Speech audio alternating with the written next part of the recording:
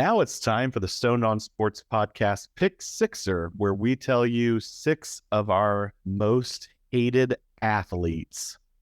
Kyle, would you like to lead us off with this list of most hated athletes? Absolutely. I talked about him a few weeks ago. Claude Lemieux, hate him. That hit on Chris Draper in the 1996 Western Conference Finals.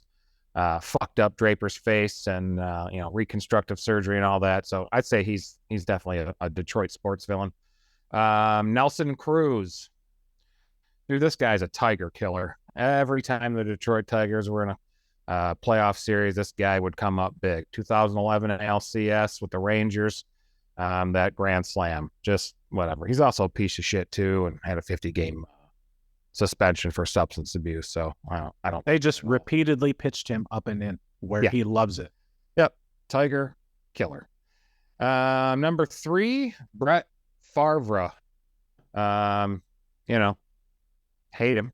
He's in this welfare scam thing with the state of Mississippi. Allegedly. If you remember, he allegedly his infamous sex to a Jets team employee. And he's still the NFL all-time interception. He was a real dick when he was with the Jets. Yes. Yes. Good one. And yeah, fuck the Packers. Go Lions. Back to baseball. Pablo Sandoval, fat ass panda third baseman. I fucking can't stand him. That's it. That's all I'm going to talk about. He was just a great player in the 2012 World Series. Switching to basketball, Grayson Allen, guard from Duke, plays for the Bucks now. One of the dirtiest players in basketball history, in my opinion. He'd always try and trip people and hip check people, and I don't even think he should be playing basketball. Hate him. And somebody just like him that I also hate, Aaron Kraft, guard from the Ohio State Buckeyes basketball between 10 and 14. Seems like he was there 50 years. I know, he was there forever. He is now, his basketball skills were shit. He's now in third year medical school. He's going to be a ear, nose, and throat doctor. And fuck Ohio State. Go blue. Ramey? I'm shocked that you knew Aaron Kraft is going to be an ear, nose, and throat doctor. You must really hate him. Yeah. Fuck him. I mean, he's going to make more money than me. I mean, whatever. But he's, I hated him when he was there. Hated him. Do you think he's going to make more money than you, or do you think he already has made more money than you? Going to. Okay. Going to. All right. Because I think he played pro for over in Europe for a couple of years, and he played on the TBT, the tournament or whatever. Oh, yeah. That's not real basketball. Okay. All right. My top 6. I know I talked about this with you guys, and I'm not going to do it. I wanted to go Tom Brady. I'm kind of spoiler alert here. I wanted to go Tom Brady 6 times, but I did my homework and I've got my top 6. My number 6 is LeBron James, one of the greatest basketball players of all time, but just really fucking hated him both in Cleveland and in Miami when he kept my Pacers, who were probably the second best team in the league, from going to the NBA Finals a couple times back when they had Paul George and Danny Granger. Number 5, interestingly enough, Paul George. Really just a piece of shit. Wow. Dude, I like him. I mean, forced his way out of Indiana when they could have built around him for years to come as a legitimate superstar. They drafted him, they developed him, and he just turned his back on the franchise because he wanted to play in LA, which he ultimately got his wish. Quick stop in Oklahoma City. They were able to salvage that trade by getting Victor Oladipo and Domas Sabonis back in that deal, but still, it set the Pacers back a few years. So I just fucking hate him. Number 4, Albert Pujols, the machine. As a Cubs fan, just lit us. I could see why you would cry every time you heard his name. It does make me happy that he chased the money and went to the Los Angeles Angels of Anaheim or whatever the fuck they're called now, and it was a shell of his former self. But that's so typical Cardinals that they got rid of him and they they just kept chugging along. But Albert Pujols really just beat the hell out of the Cubs. Good Every for time him we played played. into his 50s. Yeah. Yeah. He actually had the kind of a career resurgence the last couple of years, coming back and playing as a designated hitter and a first baseman for the Cardinals. Again, fuck him. My number 3, Purdue Boilermaker, Brian Cardinal. Just epitomized Purdue hatred in the late 90s with his stupid knee pads and his receding hairline. Even made it into the pros and had a decent pro career, but he was just one of those guys that I'm sure if he were on your team, you love him, but if he's playing on your rival, you love to hate him. So he's my number 3. Number 2, going into football, Phillip Rivers, which is another ironic one.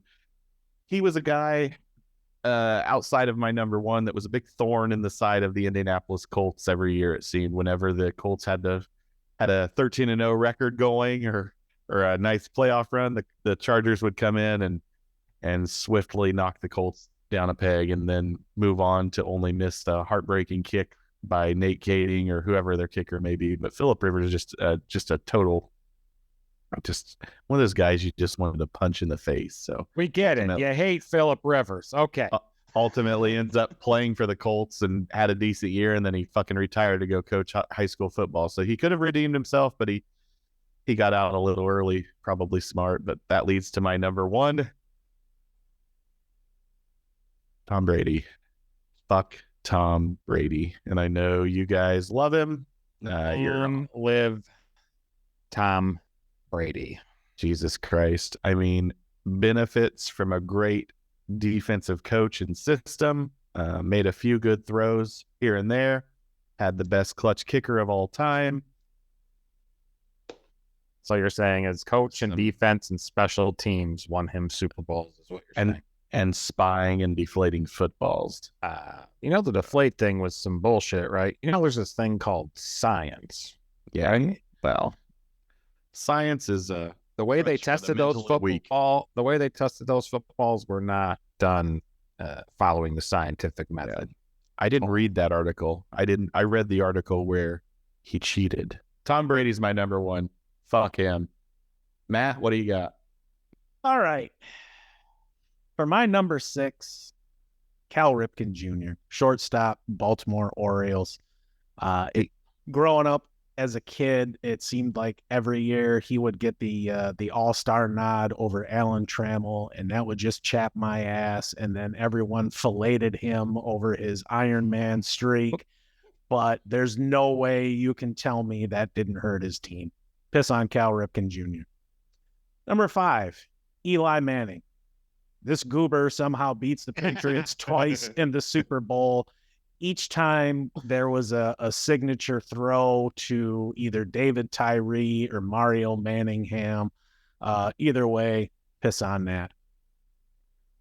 Number 4, Dwayne fucking Wade. The 2006 Eastern Conference Finals, the NBA decided that, all right, he's a superstar now and can do no wrong. So he got every single call that series. Pistons got fisted. They should have won that. They would have beat Dallas. But instead, they got robbed. Number 3, Kyle, you mentioned him, Pablo Sandoval. 3 home runs in Game 1 of the 2012 World Series. 2 of them off JV, 1 of them off Albuquerque, all 3 of them. What the fuck?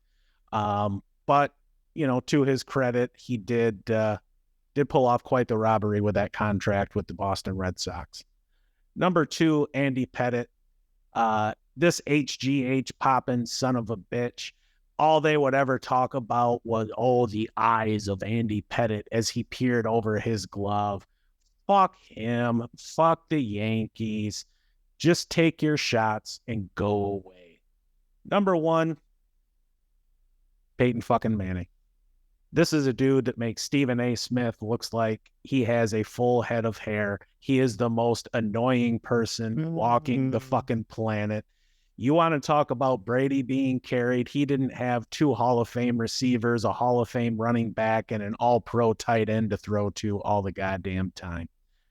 Peyton Manning was great in the regular season until it mattered most, especially against the Patriots, where he shriveled like a limp dick. Peyton Manning, frig off. Hot!